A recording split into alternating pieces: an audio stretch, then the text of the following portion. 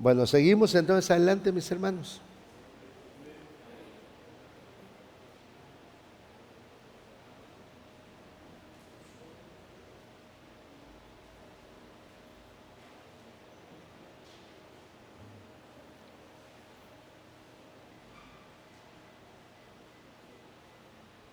Bueno, eh, fíjense, hermanos, que dice aquí ya en la hoja 4,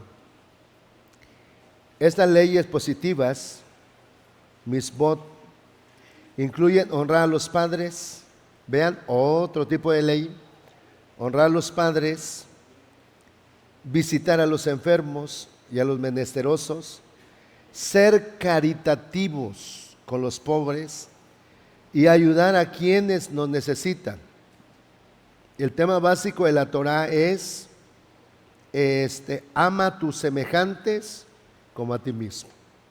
Entonces veamos cómo iban desglosando ellos la ley y lo iban poniendo todo de acuerdo a las necesidades, el respeto a los demás. Pero ahorita estamos hablando sobre las necesidades de los israelitas. No sé si me voy dando a entender. Creo que sí.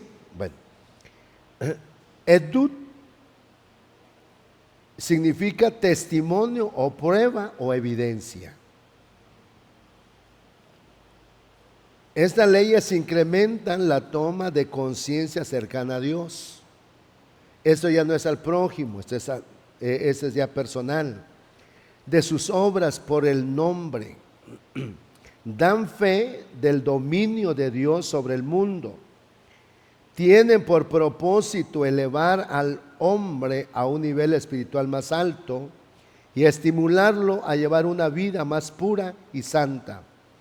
Entre los ejemplos de edut podemos citar las observancias del Shabbat y las festividades judías, y el empleo, dice, de artículos simbólicos tales como tefilim, dice tzitzit, mesusa, recordatorios estos de la presencia de Dios. Entonces, mire, quiero ponerte esto en la pantalla.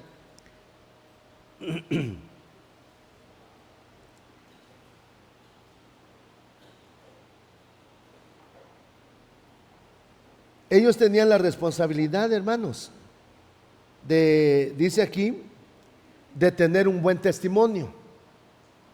Esto ya no era una ley, como dice aquí, el mishpatim era ayudar al prójimo, pero el edut era para el testimonio personal.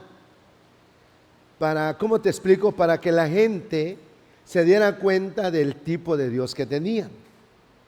Si nos damos cuenta, cuando ¿quién fue el que? Jonás.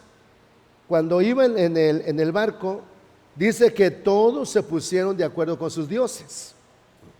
Entonces a Jonás le preguntaron, cuando lo levantaron del camarote, le dijeron: no, tú dormilón, levántate. Y lo primero que le dijeron: ¿cómo estás con tu Dios? Porque dice que todos se preguntaron y todos estaban bien con su Dios. Entonces dijeron: si todos estamos bien, hay uno que está abajo durmiendo, y sacaron a Jonás. Entonces él dijo: es que yo estoy mal delante de Dios. Entonces lo aventaron al mar. Entonces la ley edut consiste en el testimonio que iba a dar cada israelita para que los demás conocieran al Dios que tenían. ¿Sí me estoy dando a entender? Por eso dice: estas leyes incrementan la forma de conciencia acerca de Dios y de sus obras por el hombre. Dan fe del dominio de Dios sobre el mundo. Tienen por propósito elevar al hombre, oiga, a un nivel espiritual más alto y estimularlo a llevar una vida más pura y santa. Entre los ejemplos del edut podemos citar, dice, las observancias del Shabbat, o sea, del sábado, y las festividades judías. Entonces todos ellos tenían que celebrar las fiestas, todos ellos tenían que guardar el sábado, todos ellos tenían que ir a la reunión de, ¿cómo se llama? El sábado, donde iban en la sinagoga, todos, hermano. Dice, y Dice, y el empleo de artículos simbólicos. Ahora ellos tenían que llevar algo, y es lo que vamos a presentar ahorita, tales como el tefilín, el tzitzit. No vaya a pensar que es ese aguacatito. Mesusa, recordatorios, esto es de la presencia de Dios. Ahora vean esto, qué importante. Aquí se lo voy a poner.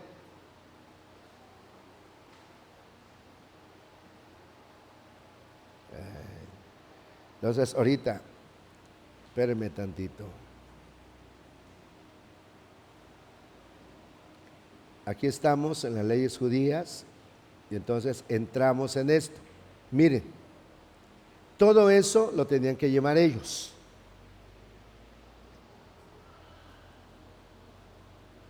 Estos se llaman los tefilín.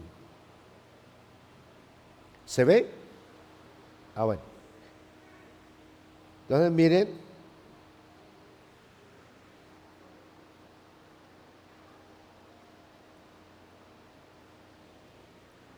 esto era un reglamento que tenían que ponerse en el brazo. Esta cajita, aquí se ve una cajita que tenían que llevar todo judío en la frente. ¿Ya me doy a entender? Bueno. Y también en el brazo, tenían que ponerse aquí en la cajita, amarrado con cuero, como testimonio de la ley. Si hay alguna pregunta y que yo se lo pueda contestar, hágalo.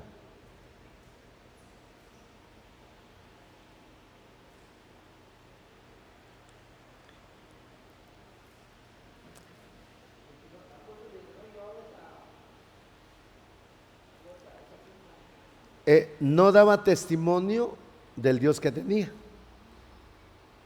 Todo judío entonces tenía que llevar, se le llama tefilín.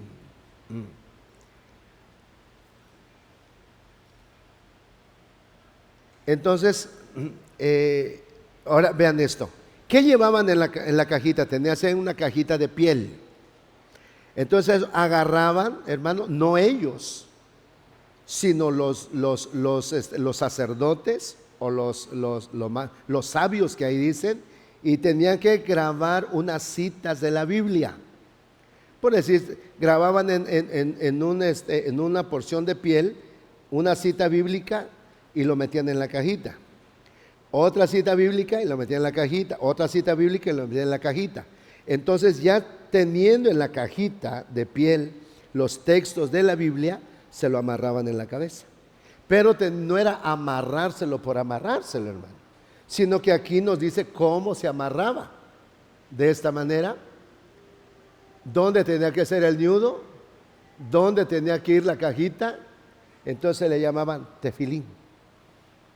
Ahora, todos con sus cajitas dando testimonio de que eran judíos, de que ellos se preocupaban por dar buen testimonio a los demás.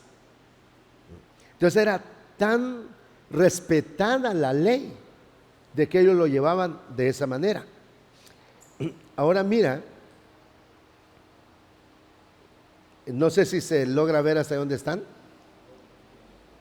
Los tefilín o filacterias, el uso de los tefilín es de las misbot, preceptos, quiere decir, de los preceptos más importantes del judaísmo. Se encuentran detallados en la Torá, en los libros del Shemad, o sea, de Éxodo, del Barim, o sea, de Deuteronomio, donde se ordena: átalas por signos sobre tu brazo, ponlas por señales sobre tu frente, palabras que leemos cada día al recibir el Shema Israel. Entonces ellos le dijeron a su pueblo: si usted va a Éxodo, chéquenlo por favor.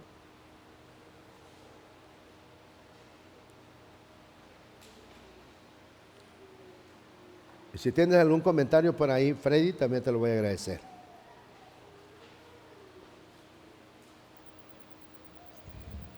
Sí, hace referencia también el Levítico que los sacerdotes llevaban una tiara que decía santidad al Señor. La importancia de llevar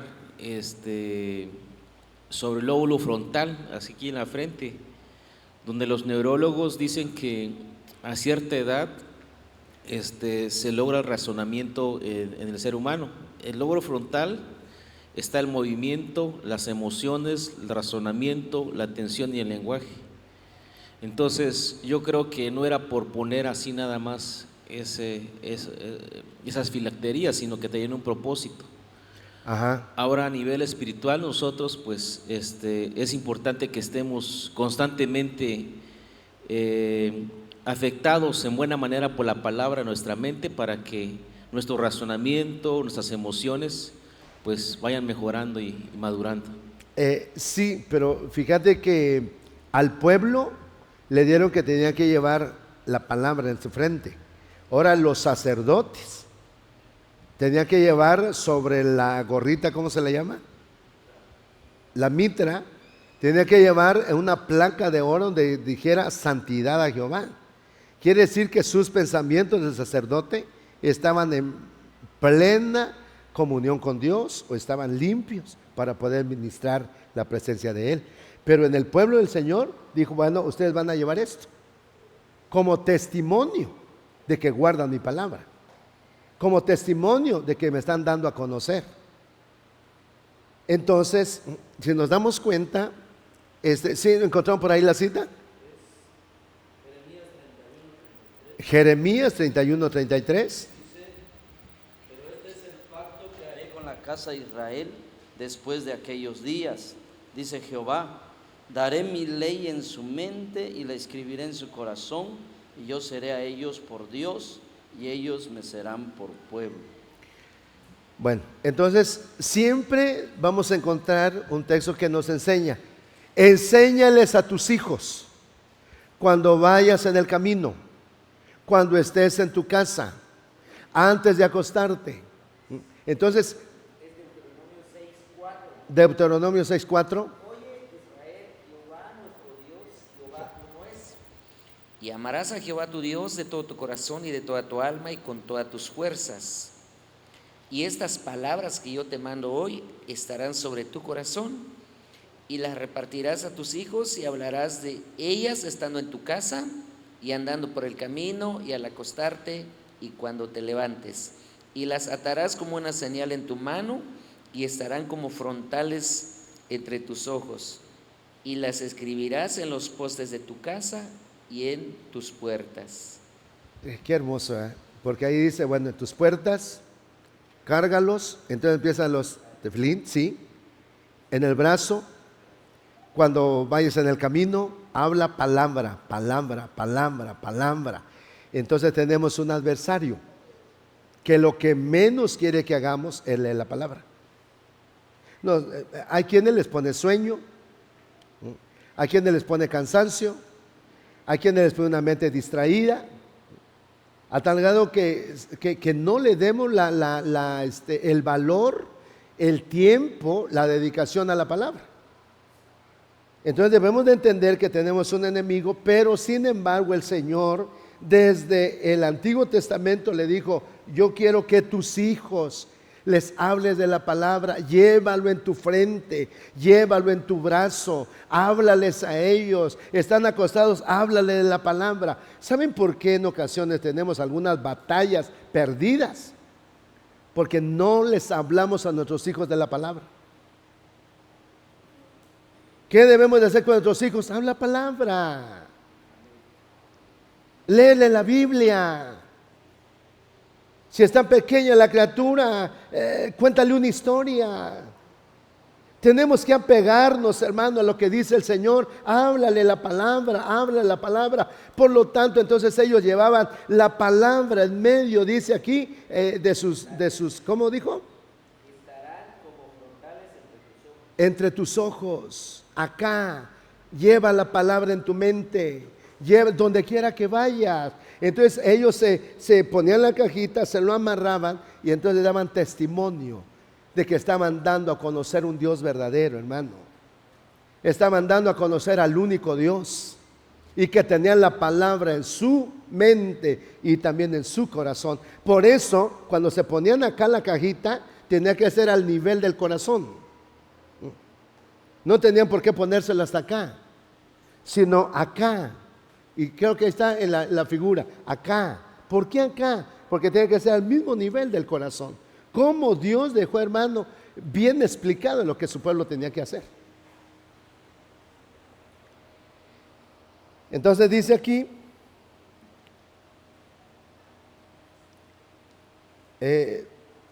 dice, los tefilín se colocan en la cabeza, cerca del corazón, en el brazo, para indicar qué pensamientos, sentimientos y acción deben de estar siempre en armonía y en servicio de Dios. Entonces te lo voy a subrayar esto, dice aquí, los tefilín, mire la importancia, los tefilín se colocan en la cabeza, cerca del corazón y del brazo. Qué hermoso, hermano. Mire, cerca del corazón y del brazo, para indicar qué pensamiento, sentimiento y acción deben estar siempre en armonía y en servicio de Dios. Entonces quiere decir que cuando se ponían la palabra en el brazo, quiere decir que el corazón debía estar de acuerdo a la palabra de Dios. Entonces ellos caminaban con esa convicción, llevando la palabra en su frente, en el corazón, y así daban testimonio del Dios que tenían. Bueno, sigamos leyendo, dice, los tefilín son llamados en español como filacterias, aunque la palabra no es correcta en español. El término filacterias, dice, proviene del griego que significa amuleto, y los judíos no usamos amuleto alguno. Tefilín, en cambio, proviene de la palabra tefilá, plegaria, oración, es decir, nos indica que se trata de un elemento mediante el cual hacemos tefilá, o sea, oración o plegaria. Exteriormente se trata de dos pequeñas cajas negras de cuero llamadas batim. Una de ellas se ata sobre la cabeza y la otra se coloca en el brazo, a la altura del corazón, y luego los cordones de cuero llamados, dice, retzuot, se enrollan de forma especial sobre el brazo y la mano. O sea que eran unas ordenanzas que Dios le dejó a su pueblo muy claras. ¿Quiere preguntar algo de ahí?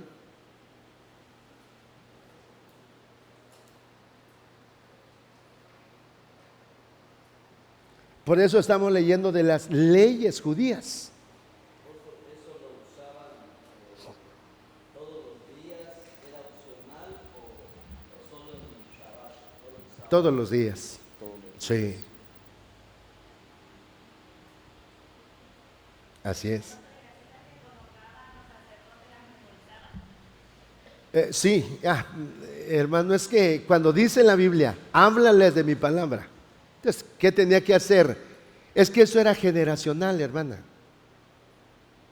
Mire, los que pasaron el Mar Rojo, ellos experimentaron, lo vivieron, lo sufrieron también. Pero los hijos que nacieron de ellos le decían, mira, hijito, estuvimos esclavizados tantos años en Egipto. Llegó Moisés, nos habló, nos contó de un Dios, y luego nosotros accedimos. Cuando nosotros empezamos a escuchar la voz de Moisés, Faraón se levantó y todos salíamos detallando, porque eso era una herencia que le estaban dejando a sus hijos. Todo bien escrito. Bueno, cuando salimos de Egipto, entonces pasamos el Mar Rojo, vivimos tantos años en el desierto, entramos a Canaán, fíjate, ahí construimos nuestra casa. Esta casa que estás viendo, pienso yo que le decía, la huerta que estás viendo, nosotros no trajimos nada, pero Dios nos sacó de Egipto. Pasamos el Mar Rojo, pasamos el desierto y hoy ya estamos disfrutando de nuestra casa, que es Canaán. Pero en esta tierra habían gigantes. Entonces el niño absorbía la enseñanza y no se lo contaban una vez, se lo contaban otra vez, se lo contaban otra vez, a tal grado que él era empapada de la enseñanza de los padres y que también se los transmitía a sus hijos, o sea, a los nietos. Fíjate que hace muchos años, abuelito dijo que estaban esclavizados en Egipto y que sufrieron mucho porque había un hombre llamado Faraón y que los castigó, y empezaba todo hasta decir, hasta que vinieron a esta tierra llamada Canaán. Entonces los hijos de él se lo volvían a transmitir. Por eso el Señor dice, háblales a tus hijos la palabra. ¿Cuándo? Cuando camines. ¿Dónde más? En tu casa, cuando te acuestes, en el trabajo. Grábalos en tu mente, ponlos en medio de tus ojos, ponlo en tu brazo, como Dios quiere que nos empapemos de la palabra. Entonces debemos de leer la Biblia lo más que podamos. Lee la Biblia lo más que puedas, hermano. Por eso dice el Señor que la palabra abunde en nuestros corazones, abunde. Entonces hasta la fecha Dios sigue motivándonos. Lee la Biblia, llénate de la palabra. ¿Qué era el consejo que decía, que nos daba el apóstol Guillermo? Come la palabra, cómelo, cómelo, cómelo, cómelo. Entonces siempre, hermano, a su pueblo le dijo, grábese la palabra, lleve la palabra como testimonio, vivan la palabra, enséñale a sus hijos. Entonces la palabra, hermano, es lo que va a sustentar tu vida. La palabra va a sustentar mi vida. No hay otra cosa que sustente, hermano. No hay otra cosa, hermano, perdóname, esto está siendo grabado, pero no te va a sustentar la esposa, no te va a sustentar tu esposo, no te va a sustentar tus hijos. Lo que te va a sustentar, hermano, es la palabra de hoy y eternamente. Por eso la palabra, y en la palabra está la respuesta de tus preguntas, en la palabra está tu consuelo, en la palabra está tu ánimo, en la palabra está la fe. En la palabra está la fuerza, en la palabra está el poder, en la palabra, hermano, está tu victoria. Todo está en la palabra. Por eso es necesario, hermanos, apegarnos a la palabra. Dedica tiempo a la palabra. No perdamos nuestro tiempo en otras cosas, hermano. Procuremos enfocarnos a la palabra del Señor. Porque entonces, ¿quieres ser sabio? La palabra. ¿Quieres resolver algún problema matrimonial? La palabra. Un problema familiar, la palabra. Un problema personal, la palabra. Un problema ministerial, la palabra. Entonces vamos a la palabra, porque la palabra es lo que te va a sustentar en todas las cosas. Dice en Hebreos, chéquenlo por favor, cuando dice que con la palabra sustenta todas las cosas. Para poner una base y que quede ahí en tu engargolado. Hebreos 1,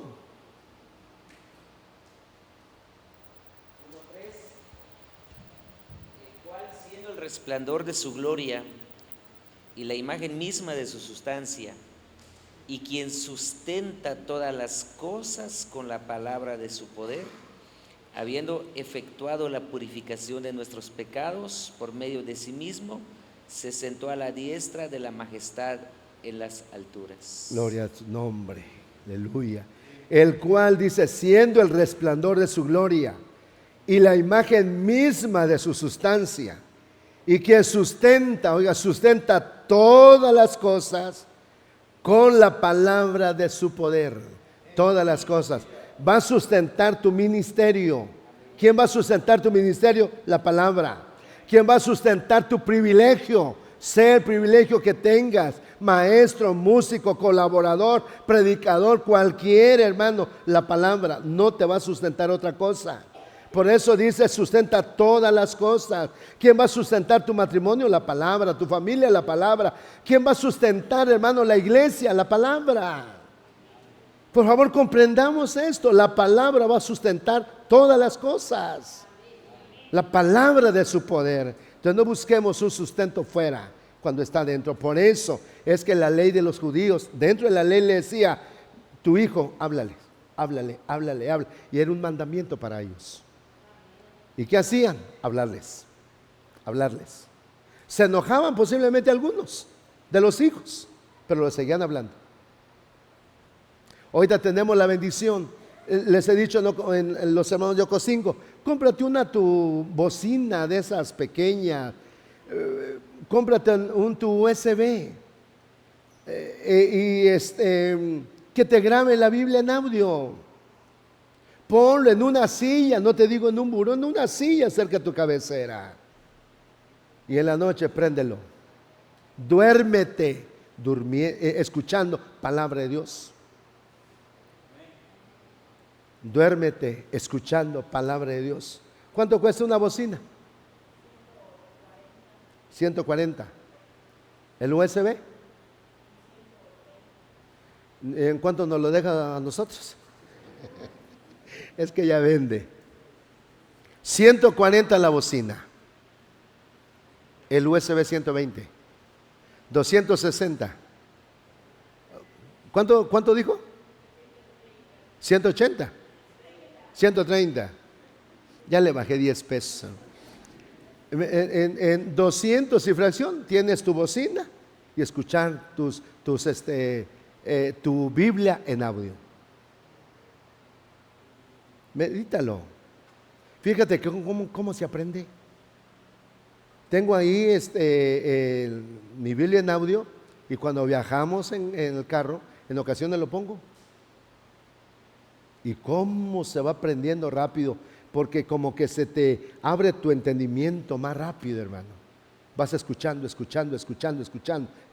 palabra. Lee la Biblia, entonces ya tienes una idea de lo que escuchaste, empiezas a leer. Me gustó mucho la idea de una hermana.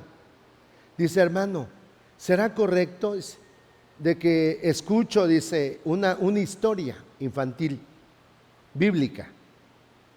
Y ya después que lo escuché, voy a la Biblia y lo empiezo a leer. ¿Será correcto? ¿Le ves de cómo me llama la atención? Síguelo haciendo. Todo lo que te motive para leer la Biblia, síguelo haciendo. Todo lo que te detiene para no leer la Biblia, apártate. Todo lo que te detiene a no leer la Biblia, apártate. Todo lo que te motive a leer la Biblia, síguelo haciendo. Síguelo haciendo, síguelo haciendo. Porque eso era lo que dijo el Señor a su pueblo. Lleven la palabra, lleven la palabra. Bueno, sigamos leyendo entonces. Entonces los Jukim, estas leyes son como, por ejemplo, no usar prendas que tengas que mezclar de lana y lino, y no comer productos lácteos y carnes juntos. Son tal vez la más difícil de aceptar de todas las leyes judías. Ello se debe a que la Torá nos da razones concretas que las justifiquen. Los sabios han procurado explicarlas de varios modos distintos. Por ejemplo, la prohibición de mezclar lana y fino, o leche y carne, podría simbolizar la necesidad de separar artículos o actos, dice, intrínsecamente distintos. También podría afirmarse que estas leyes ponen a prueba la disciplina interna del hombre, la intensidad de su fe en Dios. Pero independientemente de la razón, Dios en su infinita sabiduría consideró apropiado promulgar estas leyes. El hombre podría no hallarse a su nivel espiritual o intelectual suficientemente elevado como para, dice, comprenderlas plenamente, motivo por el cual Dios nos las reveló. Dice, no reveló sus razones. Entonces, ¿qué es lo que nos dice aquí en Jukim? Que son otras leyes en la manera de alimentarnos, en la manera de vestirnos. No sé si sabes si hay algo, Davidito, en las mezclas de los componentes que lleva una camisa. Aquí dice que no se debe poner lana y lino. ¿Sabes algo de eso?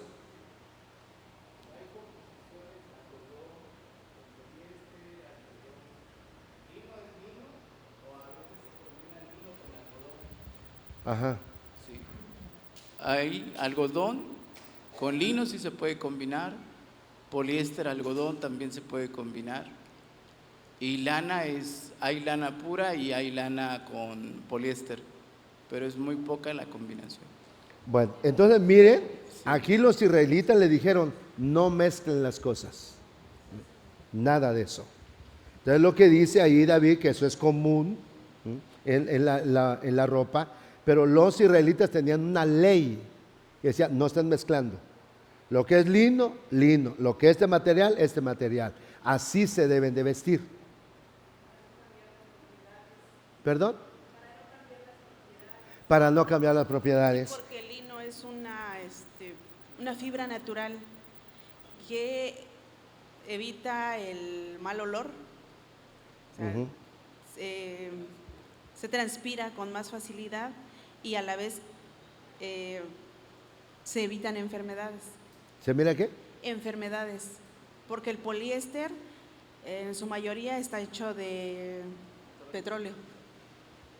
Entonces es más fácilmente enfermarse, sudamos más, estamos más expuestos a que se nos peguen las bacterias. ¿Cómo? Se nos peguen las bacterias. Ah. Entonces con el lino, por eso era la vestimenta de los sacerdotes, porque es una prenda con la que se transpira fácilmente, que no El se queda poliéster, pegado el sudor. No, No. el poliéster, El poliéster está elaborado en su mayor. sí, pero ¿qué nos afecta?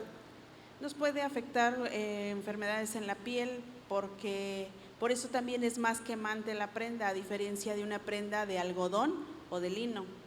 Por eso uno dice, ay, es que con esta camisa o con este vestido me da mucho calor. Aunque no haya mucho calor, llega a ser como un poquito quemante, porque es como ponerse una bolsa de plástico. Oh. Por eso los fabricantes hacen combinaciones, pero se están quitando las propiedades de las mejores telas. Ahora, vestir de lino, realmente hay que tener dinero, porque es una de las telas más caras. Vestir de algodón y tiene también un costo diferente. Por eso en el mercado ahora se pueden encontrar fácilmente, digo en el mercado, o sea, en general, no en la central de abastos, sino en el mercado. Se encuentran mucho ahora prendas de 100 pesos o 200 pesos, pero que están poniendo en riesgo la salud de las personas. Por eso que le acabo de explicar, que su mayor composición es sintética, ¿sí? O sea, muchas veces no nos fijamos y decimos, me veo bien, pero estamos descuidando la salud sin querer o sin darnos cuenta, porque muchas veces porque lo ignoramos ese aspecto de que debemos también cuidar la salud por las prendas que usamos. Por eso los fabricantes, en su mayoría, los mejores fabricantes de prendas para niños, en su mayoría, en un 90% utilizan algodón, los mejores fabricantes. Ahora ya lo que nosotros alcanzamos o podemos comprar muchas veces es económico, porque ya no contiene algodón. ¿Sí? El algodón es una prenda también que es hecha a base de una planta, que, o sea, es algo más natural, a diferencia de todo lo sintético, como los zapatos. Sí. También, ¿cuánto hay que aprender? No, compramos la ropa y no sabemos ni de qué es. Sí. Me gustó el color, mi talla y vámonos.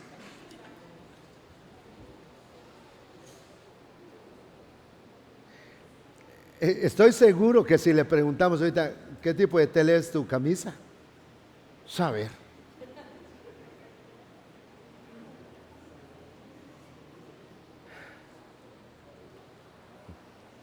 Ay, Señor bendito.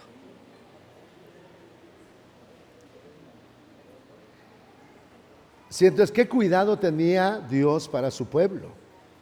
Qué va, ¿cómo es Dios, hermano? Así como Él cuidó a su pueblo, así nos quiere cuidar a nosotros que somos su iglesia. Entonces tenemos que entrar a observar estas cosas, hermano, que son importantes para nuestra vida.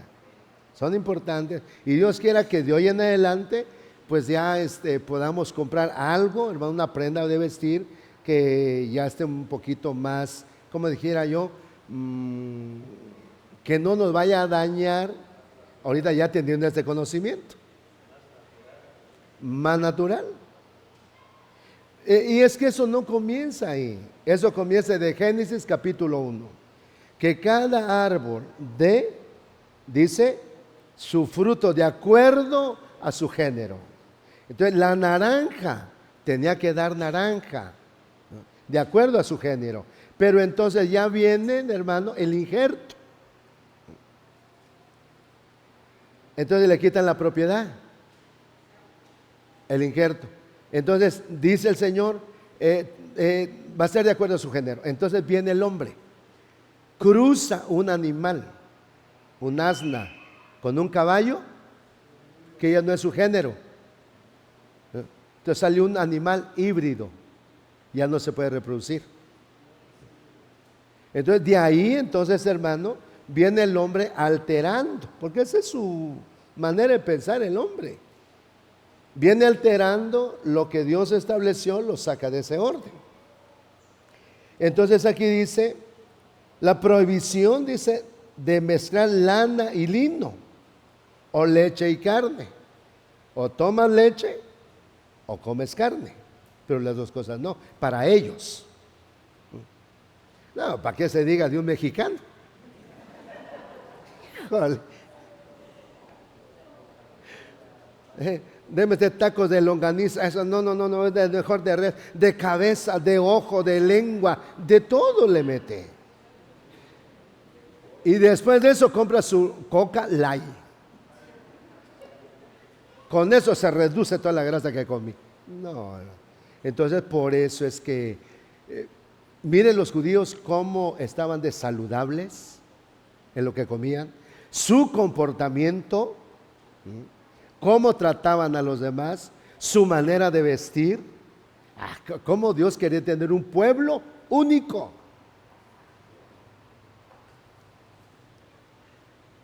Santo Dios.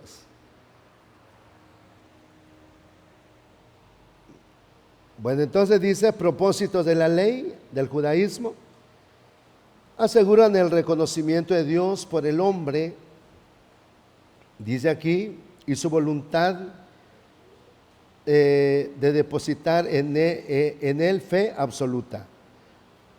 Permiten al hombre vivir una vida pura y decente, dominar sus instintos más bajos a través de la ley, ejercer influencia sobre el hombre para que trate a sus semejantes con justicia y con verdad, según la ley, con bondad, conforme a la ley.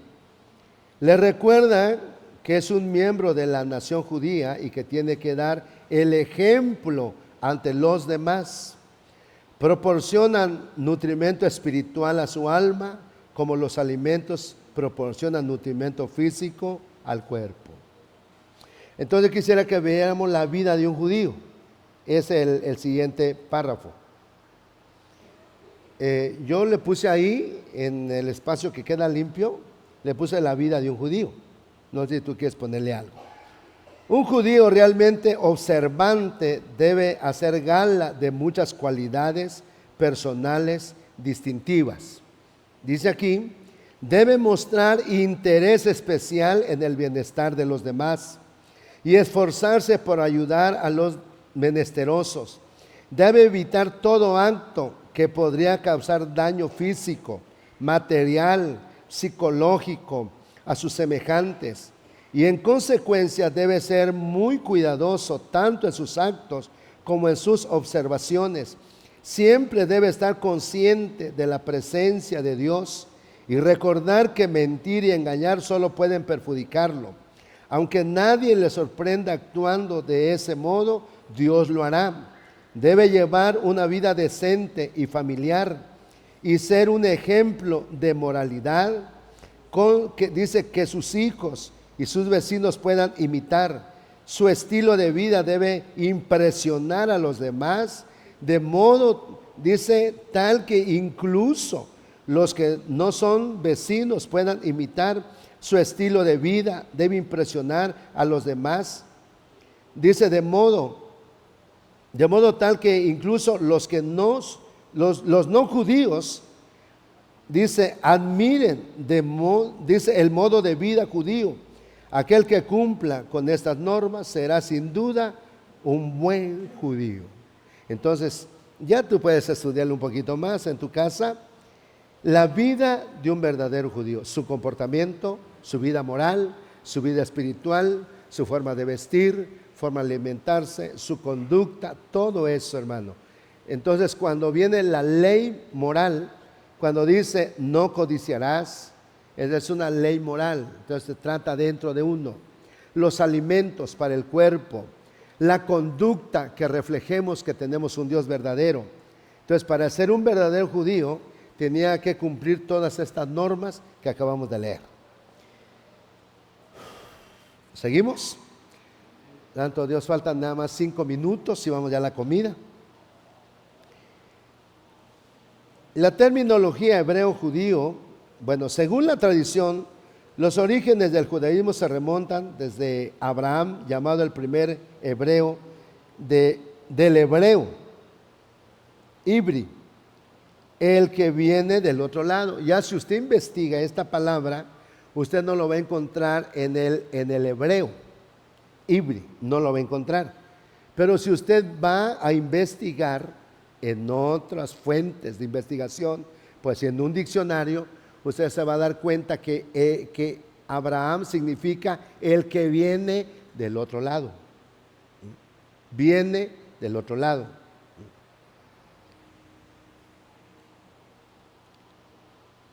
Por haber venido, dice, a la tierra de Canaán desde Mesopotamia, siguiendo el llamado de Yahvé, en Génesis capítulo 12, verso 1, hace unos 4,000 años Abraham es considerado patriarca por 3 principales credos monoteístas, y de aquí que dice conocidos también como religiones abrámicas.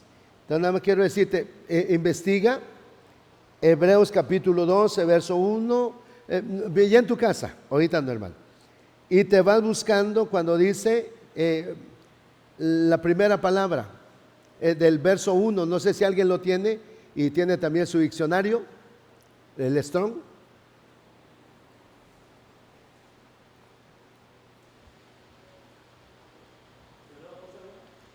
Sí, pero con diccionario, que es el primer numerito del primer verso del verso 1, de la primera palabra del verso 1, ¿cómo dice?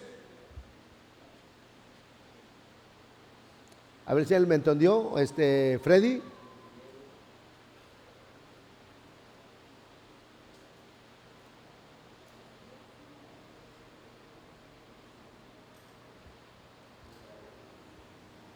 Bueno, aquí lo tengo, hermano, ahorita se los busco. Estamos en Génesis capítulo 12, 1. Lo llevamos al griego y dice: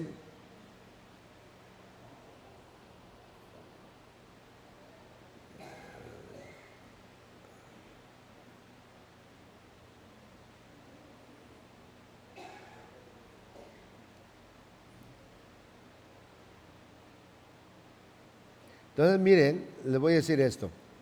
Busca allá en Génesis capítulo 12, verso 1, y ahí te vas a buscar en los números que están acá, y uniendo, escucha esto, escucha por favor, uniendo los significados de la primera palabra, segunda palabra, tercera palabra, vas a encontrar que se relaciona con alguien que vino de lejos y que pasó. Entonces pasó de Mesopotamia hasta ser parte del Señor, y está hablando de Abraham. Ya usted lo puede buscar en su casita y hacer lo que le estoy diciendo. Vamos al último párrafo. Los judíos son llamados en la Biblia hijos de Israel. Nótese la extensión del significado entre los versículos. De aquí, dice, serán llamados más adelante el pueblo de Israel. El nombre de Israel fue otorgado al patriarca Jacob, nieto de Abraham, por el ángel con el que se trabó una lucha, quien al bendecirlo le llamaron Israel. Bueno, dale la vuelta a la hojita.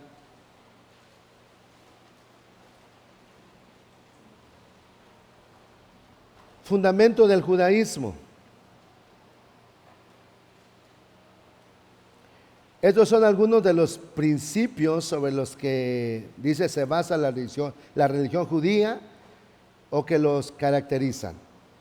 Los rollos de la Torá abiertos para la lectura en público de la sinagoga.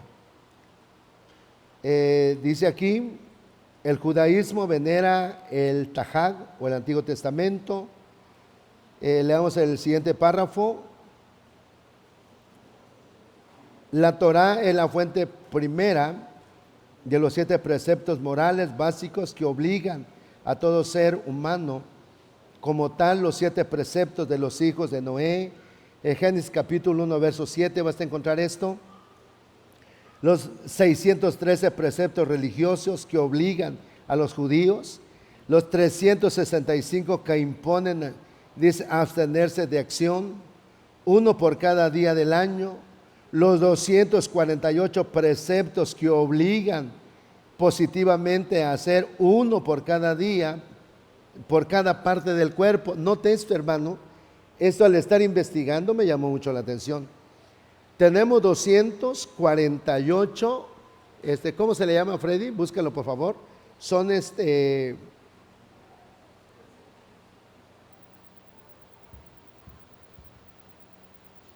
son partes del cuerpo. 248 tenemos cada uno. Y oiga bien, cada día Dios le dejó un mandamiento. Dice, el alma está compuesta por 248 órganos y 365 arterias espirituales. Espirituales. Bueno, entonces los 248 órganos, oiga bien, quedó un mandamiento por cada día, por cada órgano, perdón. Y cada día tenían que cumplir un mandamiento, un mandamiento, un mandamiento. Dios mío, más las leyes, 613, más llevar los tefilim, Dios, más hablarle a nuestros hijos de la palabra. O sea, un israelita, un judío, debía de estar impregnado de la palabra de Dios. Era pura palabra, pues. No, eso sí me admiró bastante, hermano. ¿Cómo? Y fíjense, ya para terminar, vamos por favor a...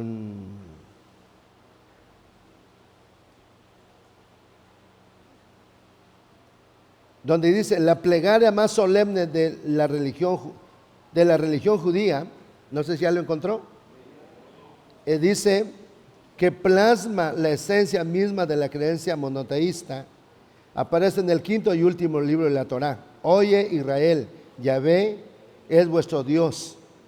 Dice, los creyentes la recitan 2 veces al día en las oraciones de la madrugada y del atardecer. Y es el último rezo en la boca de un judío antes de morir. Interesante. Yo dije, Dios mío, hasta antes de morir le dijo el Señor, esto debes de pronunciar. Ya estás en agonía, pronuncia esta oración. Aún hasta antes de morir, tenían que elevar esa oración. Yo veo que era pura palabra. Dios quiere que nosotros estemos entendiendo para que nuestra vida cambie después de esta clase. Levanta tus manitas, vamos a orar, vamos a bendecir los alimentos.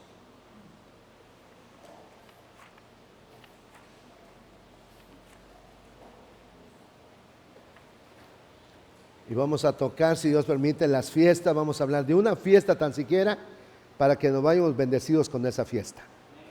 Bueno, levanta tu manita, oramos, Padre que estás en los cielos. Te damos muchas gracias, papá, muchas gracias. En el nombre de Jesús, porque estás enviando, Señor, tu palabra, que viene a abrir nuestro entendimiento, que nos da, Dios mío, más firmeza en tu camino, que nos ayuda, Señor, a conocerte. Gracias y bendecimos, Señor, a tu pueblo Israel. Lo bendecimos. Levanta tu mano, bendice al pueblo de Israel. Lo bendecimos, Señor, porque tu palabra nos enseña que cuando alguien bendice a tu pueblo, Señor, también nosotros somos bendecidos. Gracias por enviar tu palabra, tus enseñanzas, Señor. Te suplico que esta palabra venga, Señor bendito, y cambie nuestra manera de pensar y de vivir. Y que esta palabra, Señor, quede bien cimentada en nuestra vida, bendito Dios, para que podamos apegarnos más, Señor, a ti, buscar la santidad, el respeto hacia los demás, el respeto a tu presencia, el dar testimonio, Señor, de que te tenemos a ti como Dios, y que demos testimonio, Señor amado, con nuestra conducta, predicando con nuestra conducta, Señor, que tú eres el único Dios. Gracias por lo bueno que eres, Señor, y que bendiga los alimentos que vamos a comer. Bendice, Papito Santo, los alimentos en este día. Te lo pedimos en el nombre de Cristo Jesús. Amén, amén y amén.